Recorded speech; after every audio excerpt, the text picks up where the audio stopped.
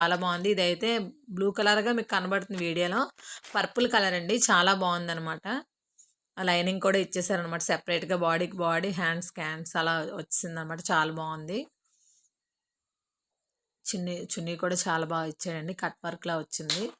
నేనైతే స్కర్ట్‌కైతే క్యాంకెన్‌కి ఇస్తారనుకున్నానండి. ఎందుకంటే ముందు మీషోలో నేను హాఫ్ సారీ నేను మా వదిన తీసుకున్నాననమాట. ఆర్డర్ పెట్టుకున్నాం. అప్పుడైతే క్యాంకెనింగ్ వచ్చింది. చాలా బాగుందనమాట అది. దీనికి కూడా ఇస్తాననుకున్నాను గానీ లేదండి. మామూలుగా నార్మల్‌గా ఇగో లైనింగ్ వచ్చిందండి అలా.